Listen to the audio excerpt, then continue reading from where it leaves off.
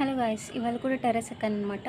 ఒక topic మాట్లాడాలనిపించింది. So terrace ఎక్కాను. పైగా మాకు ఇవాళ వర్షం పడింది, చాలా చల్లగా ఉంది.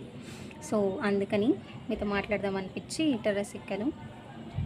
యాక్చువల్గా ఇది సమ్మర్ కదా గాయ్స్, సమ్మర్ అనే కాదు ఏ సీజన్లో అయినా లైక్ స్ట్రీట్ డాగ్స్, క్యాట్స్ అవన్నీ ఉంటాయి కదా.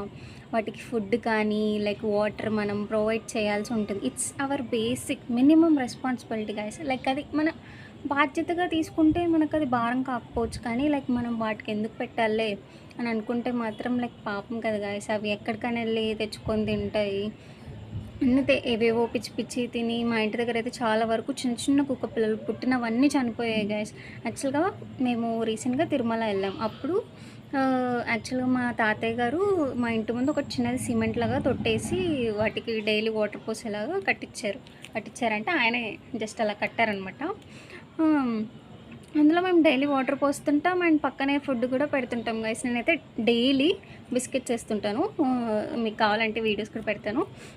యాక్చువల్గా మేము వెళ్ళినప్పుడు ఏమైందంటే ఎవ్వరు వాటర్ పోయలేదు గైస్ దానిలోకి, అండ్ ఆల్సో ఫుడ్ కూడా పెట్టలేదు. మేము వచ్చేసరికి చిన్న చిన్న కుక్క పిల్లలు అన్నీ చచ్చిపోయాయి గైస్. 2 మిగిలాయి, 8 ఎన్నో ఉండిండే మేము వెళ్ళినప్పుడు, అన్నీ చచ్చిపోయాయి. నాకైతే లిటరల్లీ ఏడుపు వచ్చింది గైస్. పాపం కదా, నాకైతే అసలు మేము ఎందుకు వెళ్ళామో అనిపించింది. ఇంకేం చేస్తాం, మేము ఉంటే అన్న పెట్టేవాళ్ళం అనిపించింది. అలా ఎందుకు గైస్, అవి పాపం నోరులేని జీవులు కదా, పెడితే ఏమైద్ది, ఎలా ఉన్నారా నాయన జనాలు అనిపించింది guys literally.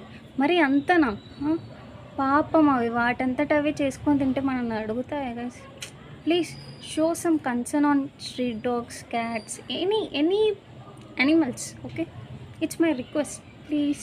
Okay, bye guys.